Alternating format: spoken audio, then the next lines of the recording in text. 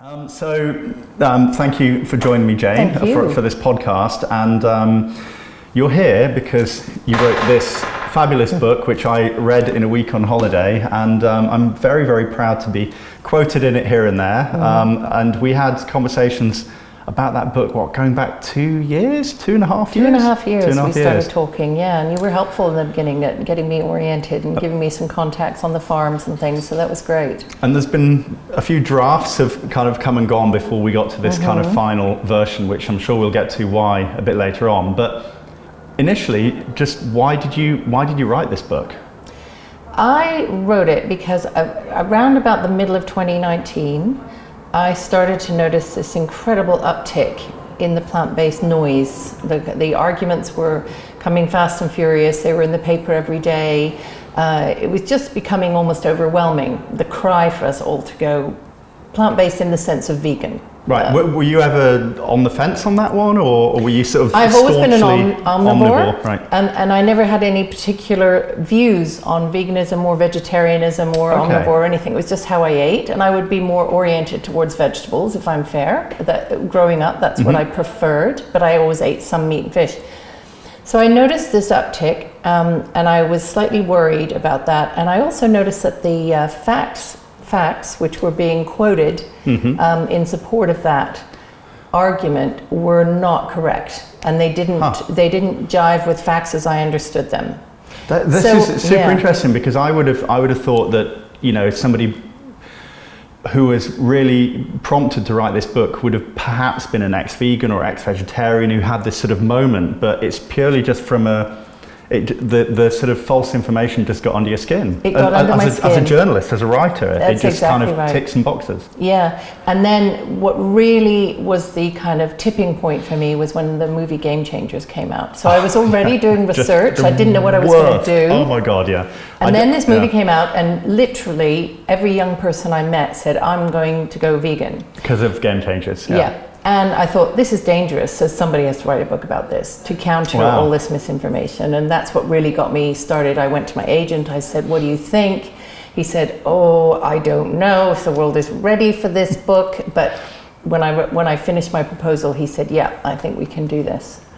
Amazing. Yeah. So it was this sort of, slow realization. And then I'm sure once you became aware of the problem, you started finding it and seeing it quite a lot. It's never ending, the misinformation. It's just a bottomless pit. Once you identify it, it becomes even more obvious. But was there a sort of a particular turning point? So the Game Changers, that sounds like the catalyst. That was really this is such bullshit. This is so wrong. And I think even a lot of people that I came across in the plant-based community were going, come on, this is like taking things too far. It's too ridiculous. Yeah. And then when you look at the money behind it, James Cameron sort of produced it and funded it, and the other things that he'd put his money into, which is I think 130 million into 150, a pea protein processing plant. There's a lot of peas in that. You can sort of see where it all came from, but it was such a ridiculous bit of misinformation. But as you said, a lot of people were not fact checking. We have a mutual friend who did fact check, and that was, do you remember Tim Rees? He's a nutritionist, and he did a great 3-part article, which actually I send to everybody I can. I did a bit of I got approached by a blogger in America called The Appropriate Omnivore, who asked me, I wrote a Facebook post about Game Changers, and then he said, would you go do a podcast and go a bit deeper? So I talked to my business partner Farshad and said, look, this guy's approached me, I'll need to take 2 or 3 days out of my life to kind of go through it.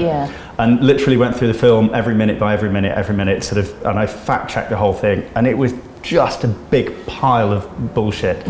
Everything. And it just shows how easy it is if you've got an agenda to spread misinformation. But so that in a part sort of might have catalyzed the beginning of this. But I really love the way this book was structured. So it's in sort of four main parts, and it's looking at the sort of arguments around a plant-only diet. And for clarity, plant-based is really meaning vegan. It's not the majority of your diet coming from plants. We are meaning plants only. Plants only, which is really confusing sometimes. But you structured it in a really interesting way. So part 1, is the plant-based diet better for your health? Will a plant-based diet save the planet? And the bit that I've read a lot about both those two parts previously, and I've written a lot about them, but the bit that really lit me up is who's advocating for the plant-based diet and why. And that I found particularly fascinating. So would you just talk me through how the first two parts lead into the third? Yeah.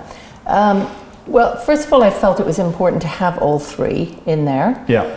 And that I couldn't just talk about either health or the environment or the corporate interests and the sort of the advocacy part of it without building the whole picture. So there's an analogy that I use in there about the engine of plant-based advocacy. So I talk about the fact that we need to look under the bonnet, examine the bits of the engine, take it apart, figure out how it all works and fits together, put it back together again. And as you would when you're trying to, as a mechanic, understand how an engine works. And it was important to look at every bit of that engine. So saturated fat, cholesterol. So almost like tearing down all the arguments used. All the arguments bit used. By bit, yeah. So that people could understand them in minute detail. Because if I had gone straight into, this is what companies are saying, or this is what the media is saying, and this is why they're misleading you, the argument would have been thrown back at me about, well, of course they're saying that because it's true. Got you, okay. So you were almost laying the foundation. I had to lay the foundation so that people could understand why the advocacy movement, which is multidimensional, has got it wrong or has been misleading. And I always think of the argument that veganism is based on a sort of three-way argument. There's animal welfare, three-legged stool, animal welfare, environment, and human health, right? That's everything comes into that. Yeah. Tell me, when you started researching this, because you're not coming from a scientific background. No. How did I mean, it's a massive topic to try and tear down the human nutrition. It's a very complex subject. It's a very difficult. A lot of studies are based on epidemiology. A lot of reports are based on epidemiological studies. Tell me a bit about how that works and how there may be conclusions are made that shouldn't be. The process was, to answer your first question, how did I do it? It was a process of just following leads. So I would contact somebody who was an expert in the field, understand where I needed to look for the research papers, which ones I needed to look at, and then do that hard yards and learn to read them and learn to analyze them. Right.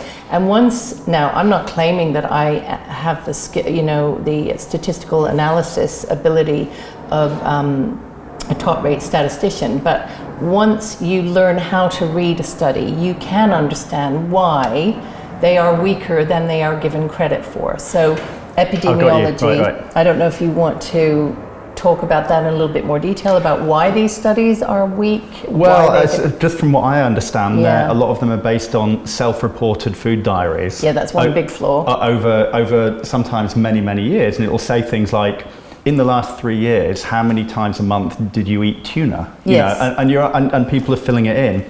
But I think for me, looking at a lot of the data is that a lot of them are finding correlations but not causation. Yeah. And yet the people arguing that we should stop doing something because of this ill health, it's making that huge lateral jump, saying, well, there's a correlation between X, therefore it's causing it. And to the lay reader, they don't know how to dig enough into the science to say, well, no, that's correlation. There's no causative. Really, what should happen is when you find a correlation, you should then go, okay, how do we then disprove that correlation to try and prove the causation? Yes. You should be trying to disprove, a hypothesis to make it valid, right? That is correct. And not only is it only association, not causation, that can be inferred, but the associations are almost universally very, very small.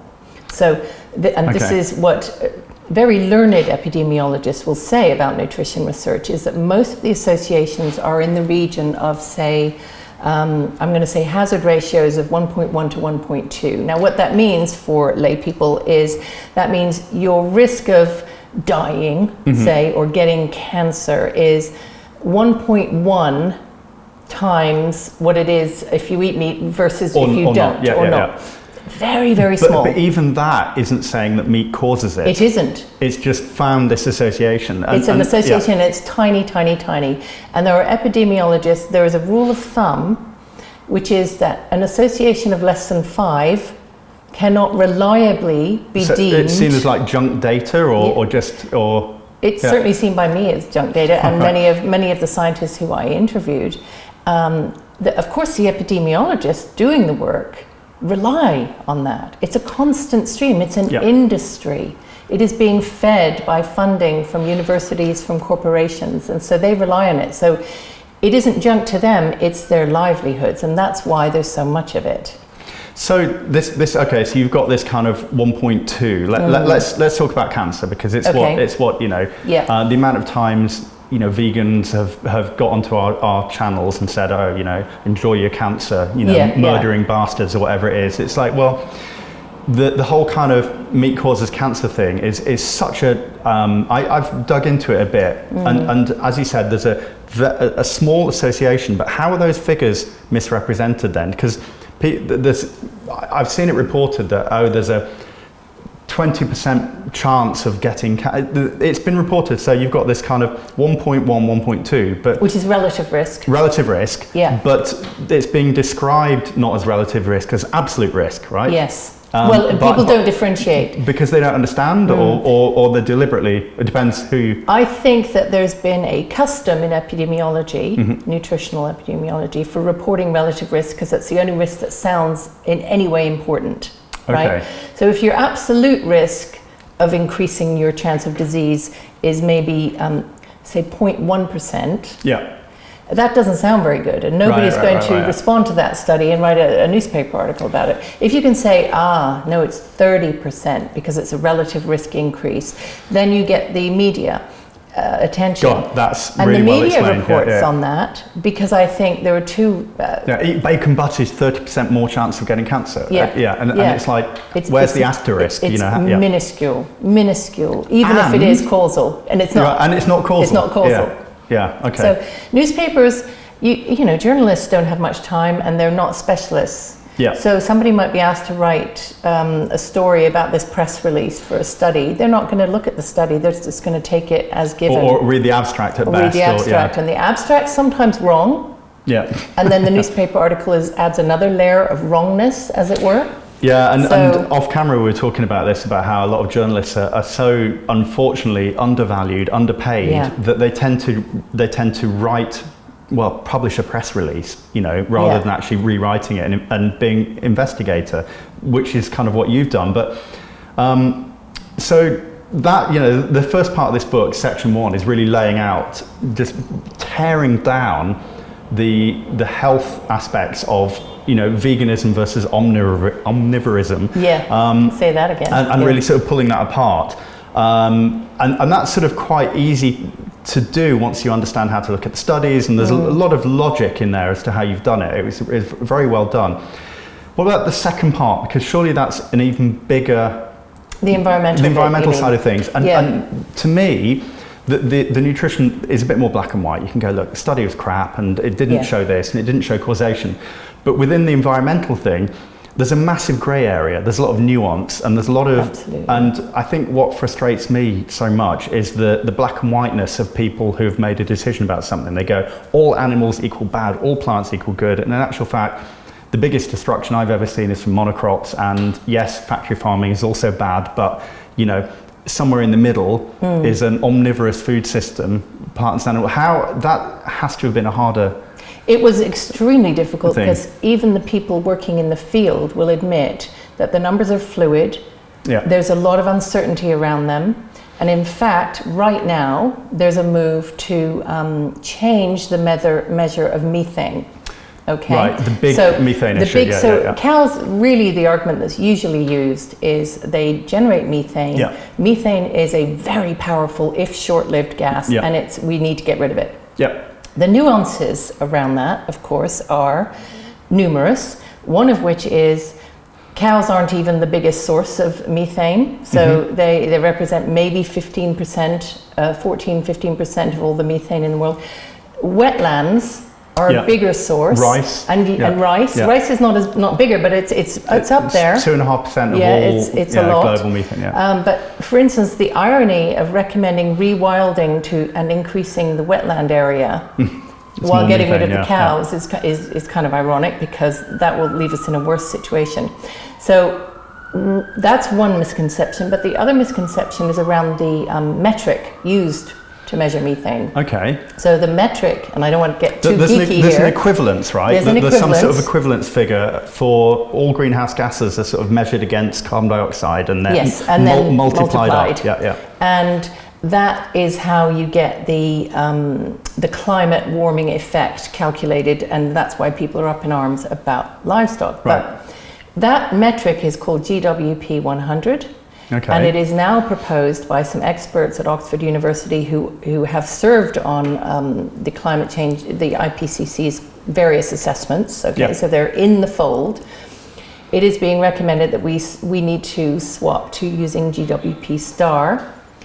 The reason being that the GWP 100 metric has overestimated the global warming impact of livestock by 3 to 4 times. Wow, so that's huge. Extraordinary. And if anybody wants to understand that more, they can look up any of the work by Professor Miles Allen, who will say this. He's not saying we shouldn't do all we can to reduce methane emissions from cows. He never says that. Yeah. What he says is let's focus on where the big hit is, which is really fossil fuels. And let's get the numbers right. So, what's the Please expression? get the numbers right. Elephant in the room isn't a cow, it's a car. You know. That's right. And we used to say, when I was a management consultant eons ago, and we worked with clients about how to solve their problems, we used to say 80-20, focus on the 80%, not the 20%. Because you'll get a better result. Bigger hit. A bigger hit. And that is really what we should be doing where it comes to attacking climate change. But the other part of this debate that I really don't understand, and I don't understand how it's become a debate, is that methane with cattle is a closed loop. It is. And what I mean by that is... When done properly. If there's, on a pasture-based system, there's not a gram of carbon or methane that comes out of a cow's mouth as a belch that didn't come from the atmosphere. So any carbon that ends up in the cow or in the ground or in the soil is a net loss to that system. So I really struggle. I really struggle to think of how they're being blamed at all. As long as it's a pasture-based system, I can see if you're growing grains, transporting them, and you've got fossil fuel usage, but. Yeah, I don't get that. And also, there are scientists who believe we should take the methane out of the calculation altogether when we're talking about the environmental impact of livestock. But because of it being a closed loop. Because when you have a stable herd, you're not adding cows to your herd, global herd.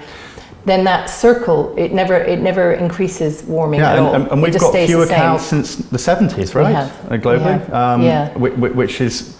So the number of cattle has kind of gone like that, and the amount of methane has gone like that. Which when you see those two figures on a graph, it makes you wonder how can people argue this. But I think one of the reasons is that these are subtleties which are not very easily communicated. Okay. And there are not many people interested in communicating them.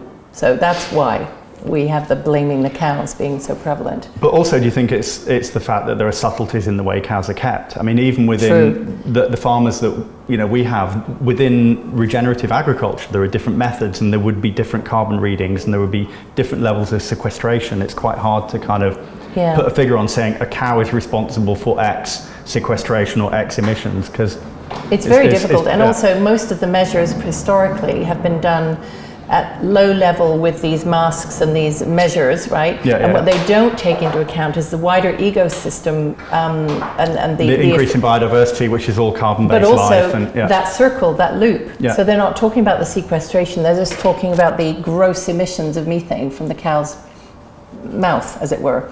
So I think flux towers, again, a bit geeky, these are higher level ways of measuring what's happening on a farm.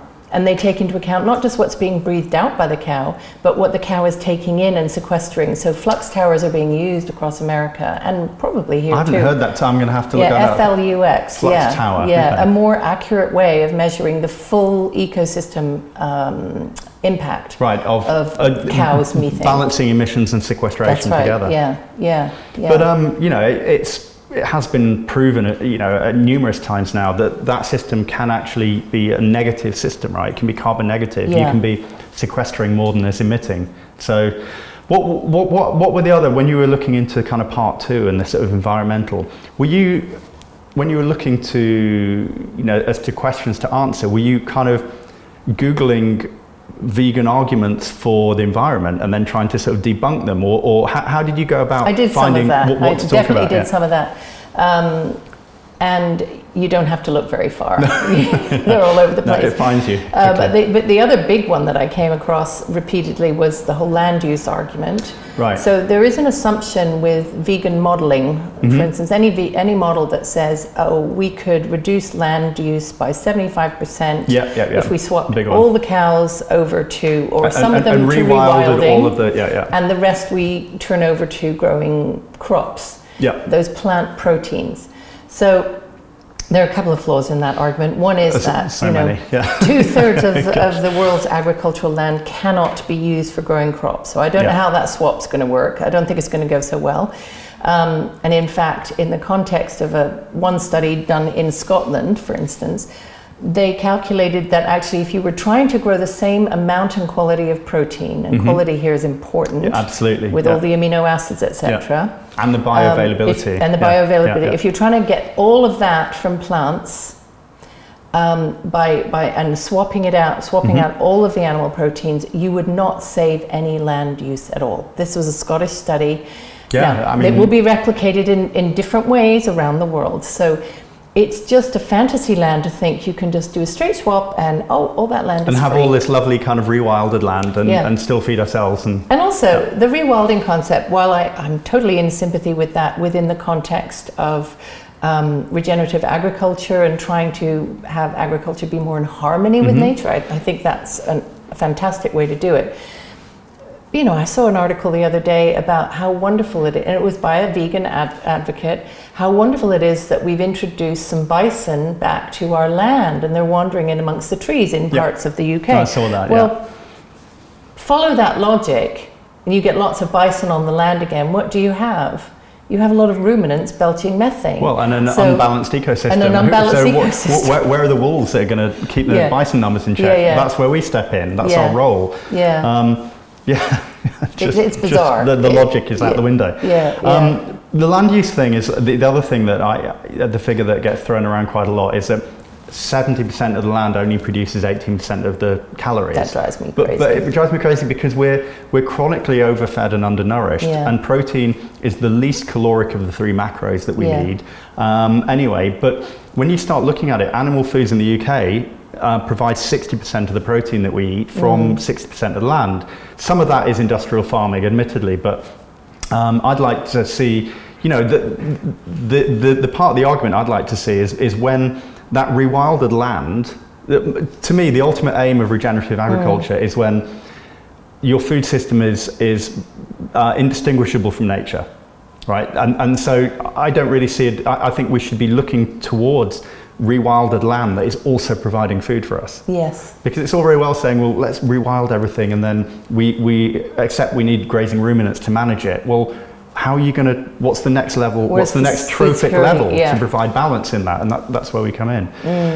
What else came into that? The land use and methane are the 2 big ones. Was there anything in that that surprised you? Well, in general, actually, and you hit on this about, nobody talks about it. They talk about calories all the time. They don't talk about protein and nutrients. So in general, there's a complete failure to reference nutrition amongst the environmental arguments. It's almost as if people are willing and wanting to sacrifice human health for the sake of planetary health, and that absolutely cannot be right. We have to manage those 2 things in sync. And that is my big problem with 2 of the models which are referenced frequently. I don't even have to mention them. Probably they're mentioned so often by our own food policy makers, by anyone who writes a report advising us to go plant-based. These 2 reports absolutely, categorically fail to talk about nutrition and how we're all supposed to thrive. Grace and Confused being one of them? Well, no, I'm not even thinking of that. Right. I'm thinking of Poor and Nemechek, which is regularly cited, and Marco Springman and Clark also cited as being the definitive guide. Talk me through these. Talk me through. So I know you've mentioned them in the book. Yeah. There are two vegan-oriented scientists. I would say that they write advocacy-based papers rather than pure science papers, in my view. And they've just suddenly grown in popularity in the past few years. There are a few vegan influencers that have picked up on their studies and started sharing them with the world. All the time. But government policymakers are also citing them. And I remember I read something about, there was a food strategy paper called UK Fires, which was brought out by an independent group here in the UK. I think they cited Springman's paper about 10 times as the evidence for X, Y, or Z. Now, and it's an opinion piece at best. Well, it's very complicated. So they bamboozle you with numbers and models and 38,000 farms and this, that, and the other. We've looked at this, we've looked at that. On the outside, looks very convincing. Looks very convincing, looks very complicated, so nobody's going to pick it apart. But they don't talk about soil health. They don't talk about sequestration or acknowledge the extent to which it can happen. In the room. Big elephants. And they don't talk about nutrition. And in fact, in one of his arguments with some challengers, Marco Springman said that he didn't think nutrition was a good measure of the healthfulness of a diet. So I thought, okay, well, what is a good measure of the healthfulness of a diet then? So what he is doing is he's basing all of his views. All of his views are based on the epidemiology linking meat to cancer or heart disease. Right. That is his measure of healthfulness, and we've discussed that earlier. That is no measure because it's faulty science. He's basically he's working with a presumption from the beginning. It's a given. That is absolutely completely wrong because it's coming from a belief system basically. So he's basing the study on a pre-existing belief system. Yeah, that's extraordinary. Right. Yeah. That's right. And the same is true of Joseph Poor. And you know, this is tough to counter these people because, as you say, their models look very convincing. Yeah, well, it's a bit like some of the big, the China study, for example. I mean, a big, thick book with heavy data, and it would take and a few people have done full takedowns of it, but it's a difficult thing to do. It takes up an awful lot of someone's life to go through the source data for something like that and to reevaluate it. So, as you said, if someone has a strong viewpoint and they present it in an overly complicated way, it becomes this edifice that you can't even enter. Pretty hard to get through. It's not just an opinion anymore. So the first, you've done a really brilliant teardown of the first two big reasons why, of the vegan argument, which is human health and environmental health, and it's a very convincing teardown. But that sort of leads us into the third section, which to me was the most fascinating because it's the bit that I've kind of probably done the least amount of research on myself. But tell me how parts 1 and 2 led to part 3. How did they lead? Just to sort of lead you in on that, I think maybe from a corporate commercial money point of view. How's that led through?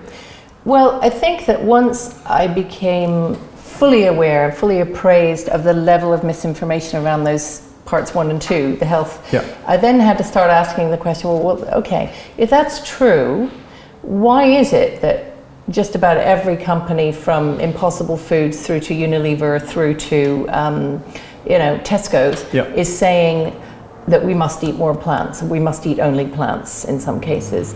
Why is the media so hot on these stories about eating plants only will save your life and add 5 years to your life and all of this? So that led me to dig into just why that might be. And there's a slightly different reason for each vested interest. But the point is that there's a reason and a motive driving all of them. And when they act together, they don't even have to coordinate, but when they act in concert, let's call it, corporations, the media, there's a particular religious group I talk about. Seventh-day Adventists. Yes, the Seventh-day Adventists, and these global NGOs who are also pushing plant-based. they create this just irrefutable wall of argument that becomes together. quote unquote common knowledge. It becomes consensus. Right. Now it's no accident that the root word of consensus is con. Okay. Right.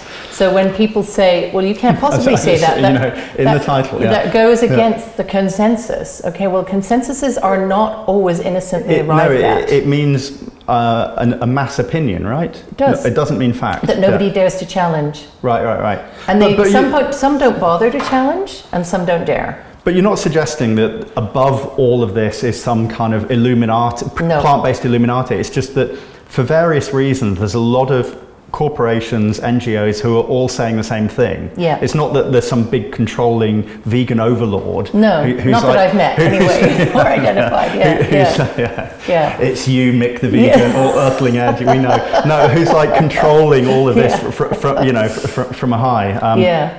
But it's just that there's a lot of different reasons why the message makes sense. And one of them that you pointed out so brilliantly is that things like the Impossible Burger sells more they retail for more than the grass-fed meats that they're potentially replacing, and they're made from cheap commodity crops and they're highly processed. So it comes down to profit. Yeah. Right. So that you've got these big corporations who were probably founded on this misguided idea, parts 1 and 2. Of course, they may be very genuinely health and environment. You've got this incorrect kind of starting point, and then they go, so we're going to make this product and we can make it out of really cheap ingredients and sell it for a high profit. So suddenly all the investment pours in when you start looking at the margins. And then when that investment comes in and they're on the way and they're down the track, and they've then got to behave like every other corporation, which is justifying. So there's no backing away. Right. There's no admission. We got that wrong. This isn't going to work, the guys. Cat's out Sorry. the bag. Yeah. So they keep propagating the misinformation to prop up the business. So this is what's happening. But So you think, okay, that's super interesting. So a lot of the money that's kind of piling into all this alt fake meats and meat replacements, potentially the money that's going in is actually not even believing the lies that it's based on, but they're pushing it as an agenda because Who knows? They now have to. Who knows whether they believe it, but I'm pretty sure not all of them believe it. Right. And also it doesn't matter. It doesn't matter because once a corporation has committed those funds, they have to back that project. They have to do whatever they can to market. And then push it out and get people to buy it. And also, it's not just the new alt meat companies we're talking about. We're talking about companies like Unilever, big processed food companies, Nestle's, etc., who have now had this wonderful new market opened up to them. Right. So, but a lot of those companies, unless they sell animal products, they are by definition a vegan company. They are, but now they've got a great way to expand this and to get into another market. To get into the bigger vegan market, the bigger supposedly growing vegan market, by branding their products as vegan now. Previously, they didn't even brand them as vegan. It was just, they were full of grains and sugar and stuff, which are vegan products. You know, all the 5 commodity crops, right? And that's right. Yeah. So you imagine in those boardrooms, you know, anyone standing up and saying, actually, I don't think it's right that we don't take advantage of this new growing market. No, they're not going to say that. No manager in a corporation is going to say that. They're going to plow on in because it's growth and profit, and that's what they chase, right? Yeah, shareholders and So it doesn't even matter to them afterwards, you know, and they have all this fodder to use, these arguments which are now so popularized that say this is better for the planet and better for your consensus health. Again, which is almost unarguable. But as justification. I do feel slightly cheered by recent developments which are stopping some of those companies, the big companies and the small ones, and the new ones I should say, in their tracks. So we have Tesco has to withdraw its advertising because didn't they pulled all of their vegan sandwiches off, right? Or something? They had to withdraw all their advertising that made false claims about the environmental benefits of their products. Interesting, I missed that. Okay. Oatly had to withdraw not all, but most of their advertising because of their false claims about environmental benefit? That, I mean, I wrote a piece about Oatly, and it just made my blood boil. I mean, it's, and also there was something about the kind of overt smugness of their messaging that was based on lies that kind of really got under my skin on that one. Anyway, that's a personal... And the milk thing, it's sort of the entry point. It tends to be the entry point to veganism, doesn't it? If people are going to virtue signal... Switching out for an almond latte. It's easy to do that. And so a lot of young people in particular are doing that because they think it's going to make a difference. So I'm cheered by those lawsuits, and I think maybe the Advertising Standards Agency may end up being our best friend in this debate. Right, interesting. And then there's a lawsuit in the US against Beyond Burger because of its false claims about protein equivalency. Oh, that's interesting. Well, the interesting you mentioned Beyond. It was either, I can't remember if it was Beyond or Impossible, but they did they just did a big raise. I think they're on to their H round or something now. But I think it was 40% of that raise was taken as a short. Right.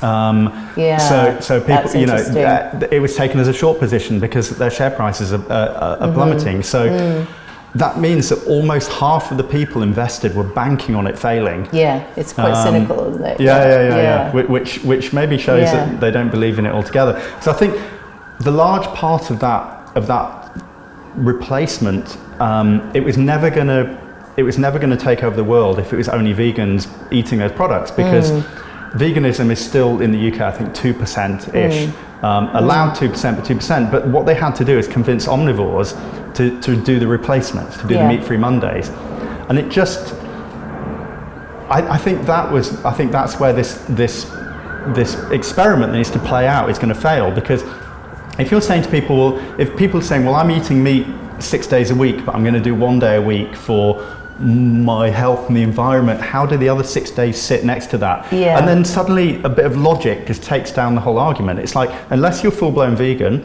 which has a massive failure rate, I think 5 times more X than current at any one point, and I believe average duration is about 3 months. And I believe that there's conversion rates of nutrients and things are a large, a reason for that, but it didn't quite catch on with the omnivores. No. And that sort of tugging at the kind of, I don't know, the emotions with this false narrative didn't quite stick. There's also good old home economics at play here, right? So people go to the grocery store and they'll see that you can get, I mean, I did it in America recently. I went to Costco there, and there were 4 grass-fed steaks for $15.99, and they were grass-fed, grass-finished, absolutely wonderful in Costco. Okay. Wow. Next to them are the plant-based burgers, which are twice the price. Yes. And incredible. Right. And so most people are going to make a decision based on price. And in fact, there was an article last week about that. About they don't see the value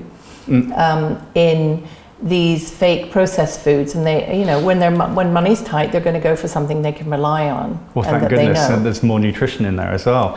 But apart from industry, part 3, you also talk a lot about NGOs and organisations which exist to mould public opinion about matters to do with health, diet, environment.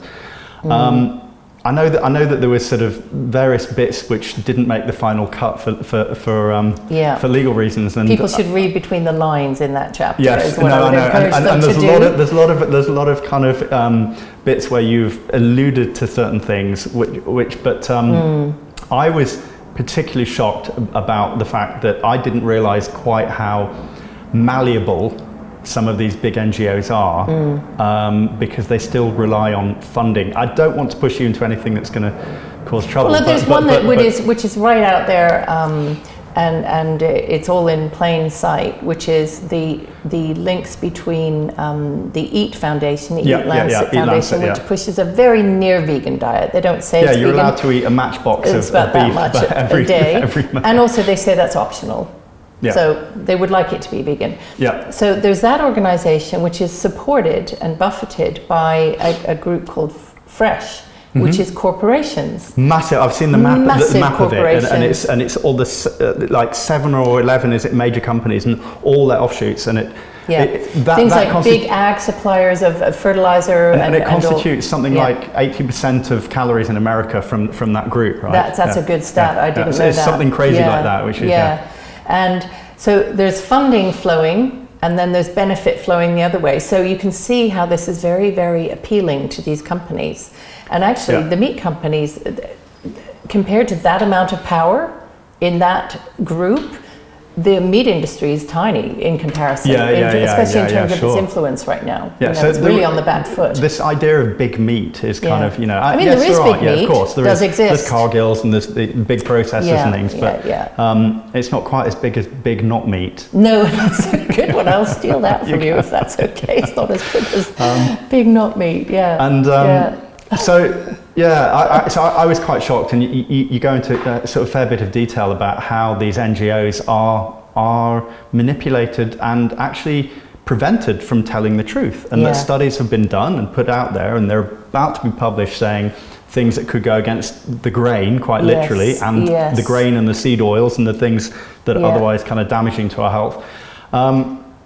And the reports have been pulled for because they go against the interests of the funding. And I'm not going to go too much more into that because there's a lot in there. But the final chapter of the book, or the final part, is something that probably could be a whole nother 500-page book in itself. Is like how the one we on should the vested eat. interest. Oh, how we should eat. Vested interest. No, and I'm really hoping that with a braver publisher, you can expand on the vested interest. I think that could be another book, and I think it needs to be written about again. But it has to be a brave person and a brave publisher. And didn't you say possibly published in America, where actually there's more of a freedom of speech? There is. I think potentially than there in we're the the UK. libel capital of the world in the UK, so it's a difficult environment to write about. But I did my best within, as you say, if you can read between the within lines parameters, and there were some juicy stories I did have to cut, I've got to say. There was about not only global organizations, but about the media and their kind of financial vested interests in propagating one side of the story. So they're on the cutting room floor. I don't mind talking about The Guardian. Because, we know about that. Yeah, because I've, and you mentioned that, but the funding from the Gates Foundation into The Guardian is a well-known one. And OPP. The philanthropic animal rights activist group OPP gave $2 million over the course of 2 years to fund The Guardian, and they funded those editorial type stories which are very anti-livestock. Sponsored editorial or it something at the bottom. Of course it does. There's something tiny, but it's in 8-point font, at the bottom of a 3,000 word double spread. I think most people are not aware of it. In fact, anyone I talk to about this has no idea that The Guardian takes funding from people like this. So it's really interesting strategy, isn't it? Because they can admit that on their funding page. Yeah. They're all clean, everything declared. Everything's legal, but everything's it's just legal, immoral. Totally legal. We must say that. It's all legal. But it's the public will be misled because they don't presumably it. There must be people high up in The Guardian who have a plant-based agenda then. I mean, it must be part of the I believe that's also part the corporate of it. Structure. There's a very strong leaning within left liberal media. Towards vegetarianism, and some are openly. Some of the leading editors are openly vegetarians, so of course they're going to lean that way. But actually, we can get to this a bit later if you want to. The kind of response to the book in this country has been demarcated on, right and left lines. You've kind of led me into the sort of final thing that we were going to talk about, which was the backlash and what's happened, because. You gave me a copy to read, and I read it on holiday, and then when I got back, I think it was then released, and I looked through it on Amazon, and I've never seen anything with either 5-star reviews or 1-star reviews, and almost nothing in the middle. And I was clicking on it, reporting these fake reviews to Amazon that were clearly made by vegans who hadn't read the book, and saying things like, Amazon reviews saying things like, how can munching corpses be ethical? That was a good one. It's not a con, and I was just the con is you. Report. Tell me a bit about when off camera you were saying you haven't had support from bookshops that you were hoping for, and what's happened since you put this out? So what's happened is that I've had a mix of very, very positive feedback, and the 5-star people, and also who've actually read it. Who've read it, exactly, and they then write me emails as well and tell me, thank you, somebody had to say this. And then there's the 1 stars, and of course we had to expect that to happen. I guess I didn't expect it to be quite so stark, and it remains today, by the way. There are hundreds of reviews on there, and it's still the 5 and 1s. Yeah. But because of that, you almost know that I think that makes it even more credible. If it's all 5s, you'd be a bit suspicious. Or if it's all 1s, you probably wouldn't read it. But I if think it's all 3s, it means it's a dull book. Exactly. Unfortunately, it averages out to that. But when you look at why, that's super fascinating. So I don't take that. I don't get upset about that, and that's to be expected. What I did find difficult and surprising is that while some parts of the media were very, very brave and wanted to have the debate, and the Telegraph did a big spread, the Times did a good review, ITV this morning had me on talking about it to a very mainstream population. You get those, what I call the army of the brave, and then you get others, left liberal media and podcasters and things, who don't want to touch it, and they will say, I don't want to touch this, it's too potentially offensive. Too potentially offensive. So they won't even, they're not even trying to tear you down, they're not inviting you to talk about it. Too hot for us to handle.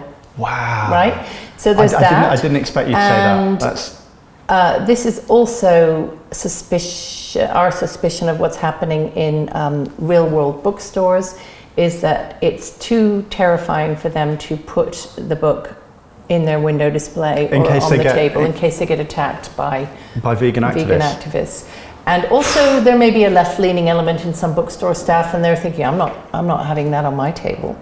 So the book has been, I would say, unfairly treated in that sense. Wow. And if it had been a more middle-of-the-road book that didn't quite make its claims so stridently, then it might have been on a few more You don't pull your displays. punches throughout the book at all. It is hard-hitting, but I think it needs to be. It's when you start to work out what's going on and you break it all down, as you said, otherwise it could have been a 3-star book, which no one wants. I mean, what I was pleased with, just this morning actually, I opened up my Twitter and there was a big YouTube video created by a plant-based activist who's very well known in the States. Right. And he did a 20-minute takedown of the first part of the book, and he plans to do 3 more, so look out for those. And will you tell me who it is so I can... It's a site called Plant Chompers. Plant Chompers, okay. Very articulate guy, scientist. He believes in plant-based, and he did a takedown. What I found 2 things about that. One, I'm pleased I'm on his radar. If he wasn't frightened of what I'm saying in the book, he wouldn't have bothered. If he didn't think it was going to have impact, he would have just ignored it. So I suppose that's a measure of hitting a nerve, in a way. The other thing that struck me about the takedown was it was consistently based around this kind of argument. This author does not understand the studies she is looking at. I've looked at these studies and I found something different. She doesn't know, she got the Minnesota coronary study wrong, that kind of thing. Right. Never telling me or telling anyone exactly what is wrong or what the reality is, therefore. Interesting. So it's sort of hitting out and saying, I've got it wrong, but not proving it. So he's probably talking to an audience who are already converted then. And they probably don't care whether he knows that I'm wrong. They just want to hear that I'm wrong. There's also a complete failure, again, to address the bioavailability, nutrient deficiency argument. He skips right over that completely. It's interesting because off camera we talked about, whether it's worth you engaging or me engaging with vegan activists who and I've declined a few times, and I, before we started recording, we talked about why. And one of the reasons I declined is that, to me, a debate is when 2 people come into an arena with opposing opinions, but the ability to listen to each other and to understand opposite opinions. And a good debate, I believe, should end with both sides feeling like they have scored some points but met a middle ground. And yet I know that if you or I was to enter a debate with a vegan activist and their followers, they don't want to debate. They don't want to hear why there might be another side to an argument. They want to watch the takedown. And that's not a debate. And everything's become so polarized. It's cops and robbers. It's, goodies and baddies. It's not, well, what could I learn from listening to a vegan activist? What can a vegan activist learn from me? Because I'm not going to stand up and I'm not going to stand in a room and defend all of animal agriculture. I believe that most of it is abhorrent and horrible, but I also don't want him or her to stand up and defend every plant-based food. It would be like, or to overlook the nutrient deficiency angle by just simply saying, oh well, I don't get those, so I'm fine. It's usually the argument. Or we can take a pill.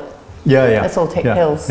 It's usually the argument, right? That's always a big one. It's fine because we can just take a pill for it. But there's a real lack of understanding of how nutrition works, and particularly when you're looking at vitamins, a vitamin isn't a single substance, it's a group of substances that perform functions. And these isolates are not the same. But that's a whole other thing. But I was more sort of leading towards this idea that I think we've lost this ability to debate, and it's now become it's become watching takedowns and It has become that. What do you call it? Confirmation bias. And echo chambers. And as you say, we have to watch out that we're not doing the same thing. No, completely. So absolutely. I'm going to debate, be interviewed alongside at a book festival, another author who's writing in this space, who's much more leaning towards the animal welfare arguments, and I think has a... Is it a book already out? It is. It's called The Meat Paradox. Okay. And I'm going to be... Have you read it? Good? I have. I'm just on the last few chapters. Right, okay. Yeah, it's another one you need to get. No, thank you. Who's the author? It's Rob Percival. Okay. And I find that although we come at the issue with completely different perspectives initially, and our books are very different, they cover different topics, we also have a huge amount of common ground. Right. And we both believe, we need to move away from any factory farming. We need to put a higher priority on animal welfare, soil health, etc. We need to get people to be more conscious consumers of everything. 100%, regardless of what they're eating. Not just this easy category, plant That's good, right, animal bad, So we have a lot of, and he's also, he talks a lot about the nutritional dilemmas you have if you give up meat. So he's not saying it's all fine and hunky-dory. So when I was asked to do this festival, I said, I'm only going to do it if the moderator knows that I do not want an argument. I want us to talk about what we have in common. I don't want to talk about what we don't. Interesting. I'm not going to pitch my book against his, and I hope he won't pitch his against mine. And I really think we need more of that kind of debate. I couldn't agree more. I couldn't agree more. To push people's thinking. And unfortunately, I think, I found it really interesting when you said this plant chompers. You saw it as almost a badge of honor that he's, I didn't at first. At first I went, oh my God. And then I realized, no, this is a good thing. This is positive. You rattle some cages. Have there been, I've had, when I did the first 2 years of a campaign called Regenetarians, which was the first year I did it, it was a single Facebook post, and it was very harsh and critical against veganuary. I really kind of tore it down. I thought with the logical argument that there was just no nuance in the debate, and a lot of people were going to be encouraged to eat highly processed foods because that's all that's available that time of year, especially. And I think my big debate was, my big problem with it was I saw posters for KFC doing a veganuary burger, and I'm an omnivore. I wouldn't go into KFC for any reason. I wouldn't go in there to buy a bottle of water or anything, and yet the whole kind of veganuary movement were licensing veganuary to this place that's responsible for terrible conditions for animals. I don't know how many billions of chickens that KFC have raised. We're the worst treated animals we have, actually. The worst treated animals. So that's what I couldn't reconcile. So I did quite a brutal takedown, but I received death threats from vegan activists via phone, email, messages on social media, and they were not. It wasn't pleasant. It was, I'm not even going to say the words, but the most strongly worded I hope you die kind of type conversations that you could possibly think of from people who are taking a moral high ground, which I just found extraordinary. In the name of kindness. In the name of kindness, yeah. Which I find it was so ironic, Have you experienced any of that? Just some, not as much as I expected, to be honest. A few vile things like, never I hope you die.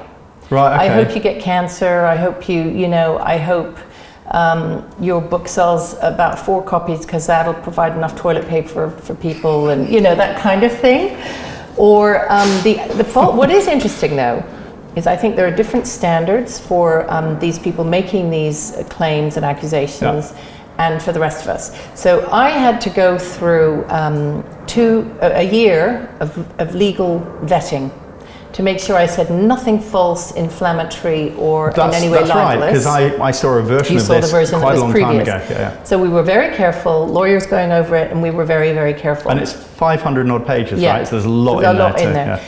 Meanwhile, anyone on Twitter or Amazon can say a lie about me, and I can't do anything. So apparently I work for the meat industry and always have. Apparently this book was funded by the meat industry. Right. Numerous other things, so these allegations. This is what on Amazon or on social media? Right. Both. Right. Both. And they don't say, "Are you funded by the meat industry?" They say, "Oh, I know she is." Right. Extraordinary. And there's nothing you can. These aren't death threats, but they are libelous. The more you deny it, the more it's just feeding the fuel. Yeah. But can you imagine?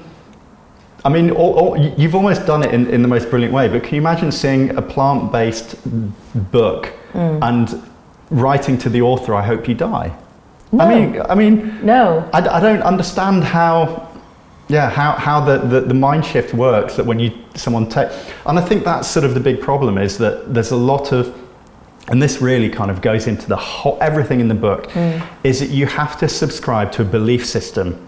And I was in it. I didn't eat meat for 25 years, and I formed a belief system around what I was doing, that it was better for me, better for the environment, better for the planet, better for the animals. And I've seen how that becomes, once you make that decision, the brain is lazy. The brain and body are essentially lazy. Your brain wants to do as little as possible to. It doesn't want the dissonance, does it? It doesn't like dissonance. And this, I made this decision and went through all this well before social media was feeding. Well before the algorithm was feeding me with my own belief system. And it's an easier thing to get into than it is to break. Yeah. Because once you're into a belief system, it forms part of your core personality. The people you identify with, the people you mix with, and to break that is hard, because you're having to let go of a part of your identity. And I think that is some of the people who are vegan activists. So we could mention Mick the Vegan, Earthling Ed, whatever. They will go to extraordinary lengths and sometimes the debunking is desperate for any counter argument, because it's not just what they believe in, it's who they are. Yeah. And I think that's incredibly dangerous, and I think that's why you get these vitriolic reactions. Yeah, that's so true. And I witnessed that with staunch vegans, vegetarians who can't even shift in one single inch. But I think the other thing driving it is, and the reason it's so emotional, is because although people pretend that the argument is all about saving the planet and being healthier, the real driver for so many people who adopt a vegan diet is the animals, and that is an emotional. And if you fundamentally believe that it is wrong under any and all circumstances to kill and eat animals, or to treat animals for our own benefit, you can't shift that. There is no sort of prevaricating around that. No, and I wouldn't try and argue against that. No. But even if that is the case, your diet is still responsible for the death of animals. Of course. It's just and that's something you need to reconcile, is that indirect and direct deaths are the same death to the animals. I would and have argued that I think the diet that causes the least deaths is the one that relies heavily on regenerative beef, because the death of one animal can feed a human for a year. You can eat beef, salt and water, and you could live for a year with only one animal death on your hands, whereas I don't believe there's any omnivorous or plant-based diet, the numbers just start stacking up and up and up. But I can totally understand if you don't want to physically put the meat in your mouth and eat it because it's a part of an animal. That if that's your belief, that's your choice, then you do that. But I guess we should start to try and wrap up a bit. But we've gone through the backlash. What do you see as what's next? Have you? I know it's just kind of you've just kind of birthed this one, but have you thought about? Have you thought about if you might do anything to follow up on this, or where do you see, what do you see the legacy of this being? And do you see this as being a part of a movement that's starting, or do you feel like you're a bit ahead of it?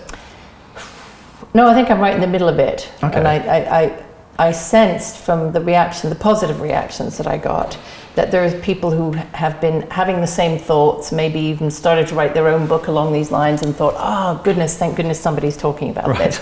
So for the next year or so, I see the legacy or my job is to talk about this book, and I'm going all over and being asked to speak, and I will, by the way, speak to companies that produce animal foods, because I believe that part of one important job we have to do is to give those people back a sense of the future, back a sense of pride in what they do. To help them get their message right. Help them get the message right. Yeah. I'm not saying, I'm going to speak to, Cargill about, and their people and justify the kind of mass production of meat that we both disagree with. But I will talk to farmers, and I will talk to around the country to try and create some sort of alternate narrative alongside the one which we're so used to hearing. And I think that's really important. Over the long run, I think it will emerge that certain topics are underexplored in that book, and maybe another book is on the cards. But not yet. It's exhausting. It's exhausting. I can't even imagine. But the whole kind of movement in general, I believe that things like lab-based meat and alternative protein and plant-based meat substitutes, I believe it's a narrative that needs to play out. When a technology exists and people identify it as a possibility, money will be put into it because everybody's looking for, that's how things keep rolling. I simply believe that these narratives need to play out, because if they're not played out, they will always be a possibility. There will always be a counter argument. That's a good way of looking at it. And that all of this stuff, that Impossible Burger and Beyond Meat and all of these Memphis meats and all these lab grown things, I just cannot fathom why people think that's a good idea. But because it exists, it needs to do its thing. The investment needs to go in. They need to try and make it work. They need to try and scale it. They need to come across all the problems that I believe as a layperson they will come up against. And then it needs to finish, and we need to get on with producing our food through natural systems. So you're quite hopeful, I guess, that in 10 years, 15 years, we'll be sort of coming out of this debate, do you think? I think there's always going to be, so for example, vertical farming, loads of money is going into vertical farming. And I think I've got no problem with vertical farming if it provides me with a salad cress garnish on my on my food, and it's using somewhere in a urban metropolis. It's using an unused car park or something to grow salad greens and things like that. But as a solution for something that would provide the bulk of my nutrition, I don't think it can do that. I think it can provide local solutions for very fresh products, for example. So I think it'll play out, it'll find a place within our food system. I think potentially some of the lab-based grown proteins will also have a place in providing, when they scale up, I think they will provide some of our protein. But it's the fundamental lack of interaction with soil and natural systems, and the fact they still require inputs. Well, the inputs are very interesting, because and that will be, I think, where they come unstuck. Because the scale of inputs at the moment is tiny. You need the monocrop soy to provide the amino acids that feed these lab products. Now, so really, in what way is that helping the world? Right? And it's very expensive also to do that. But the economies of scale, I think, I kind of hope, because I don't believe in it, I kind of hope that when they try and scale up, the economies of scale will collapse. But I think one or two of these experiments may may sort of survive a bit. It'll be interesting to see. I think how. we're a ways away from seeing it work. And there are rumblings even amongst some. I read an article the other day interviewing some of the leading players in this who are saying, we don't know if we can create bioreactors that are big enough to do this. We don't know. Right. They really so don't they just know.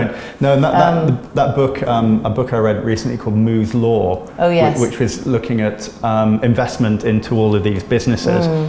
The whole first part of the book is based on, it's making statements such as, well, of course, because saturated fat is the #1 killer of people, and of course, because, you know, if we stopped eating meat, we could free up 75% of our farmland. All the myths, all in one place. But with no citations, absolute. I mean, it's like the vegan playbook, you know. Yeah. But absolute bollocks all the way through. Yeah. Then here's all these multi-million-dollar companies that you can invest in with your, you know, your green money, and based on a pack of unsubstantiated lies. Yeah. A con. Yeah. A con. There we go. Good way to end that. Yeah.